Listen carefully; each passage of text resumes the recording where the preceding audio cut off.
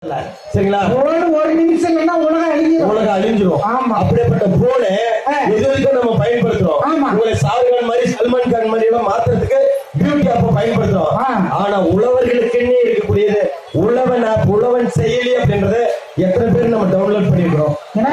உழவன் செயலி டவுன்லோட் பண்ணணும். ஆமா ஆமா. அப்படி பண்ணா எனக்கு என்ன நன்மை? இந்த உழவன் செயலி மட்டும் நீங்க டவுன்லோட் பண்ணி வச்சீங்கன்னா யாருக்கிட்டையும் போய் தெரிஞ்ச வேண்டிய அவசியம் இல்ல. ஏன்னா இன்னைக்கு உழவர் சந்தையில காய்கறிகள் ஒவ்வொரு காய்கறி என்ன விலையில விற்குது தெரிஞ்சுக்கலாம். காய்கறியோட விலையை நிகரான விலையை தெரிஞ்சுக்கலாம். அதே மாதிரி நம்ம வேளாண்மை துறையில விதைகள் என்னென்ன விதைகள் எவ்வளவு ரேட் போகுது, எவ்வளவு ஸ்டாக் இருக்குது, இருப்பு தெரிஞ்சுக்கலாம்.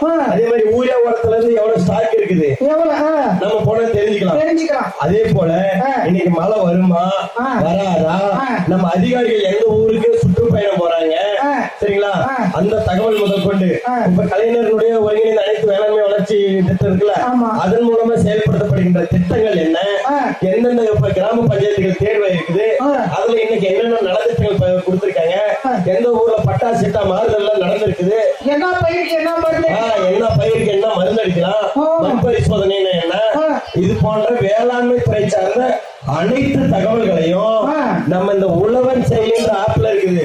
இதே நீங்க ஒரிஜினல் விவசாயிகளா இருந்தா உடனடியா தயவு செய்து எல்லாரும் எடுத்து சரிங்களா உங்களுடைய செல்போன்ல உழவன் செயலின்னு அந்த பிளே ஸ்டோர் இருக்குல்ல, பிளே ஸ்டோர்ல போய் உழவன் செயலின்னு போட்டு டவுன்லோட் பண்ணுங்க.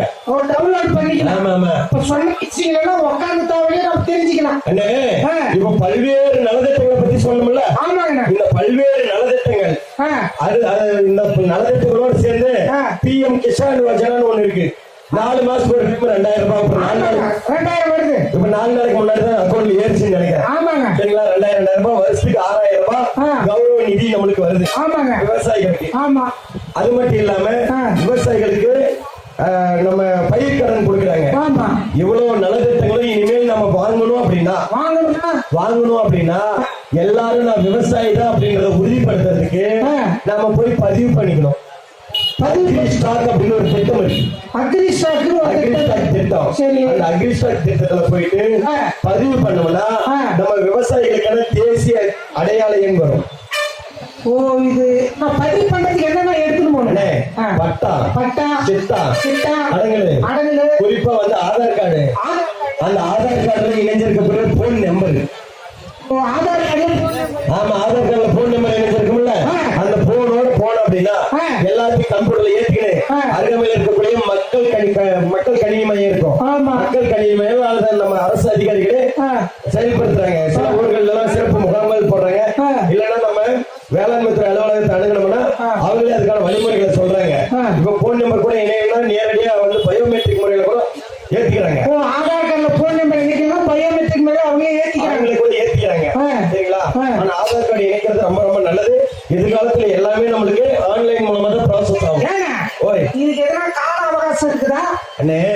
ஏற்கனவே 2 டைம் கால அவகாசம் கொடுத்துருச்சு. சரிங்களா? ஏப்ரல் 15 ஒண்ணு கொடுத்தாங்க, ஏப்ரல் 30 ஒண்ணு கொடுத்தாங்க. இப்ப மே மாசத்தினுடைய 30ஆம் தேதி கால அவகாசம் இருக்கு. 10 நாள் இருக்குது. ஆனா இதுவரைக்கும் ஒரு 70% விவசாயிகள் தான் அதை பதிவு பண்ணிருக்கிறாங்க. 70% விவசாயிகள் தான் பதிவு பண்ணிருக்காங்க. மீதி இருக்கிற விவசாயிகள் இது அரை ஏக்கரா தான் இது என்ன விளைய போகுது. ஆனா எனக்கு ஒரு டவுட்டுங்க. எனக்கு நாங்க பதிவு பண்ணலாம்னு எடுத்துட்டு போனீங்க.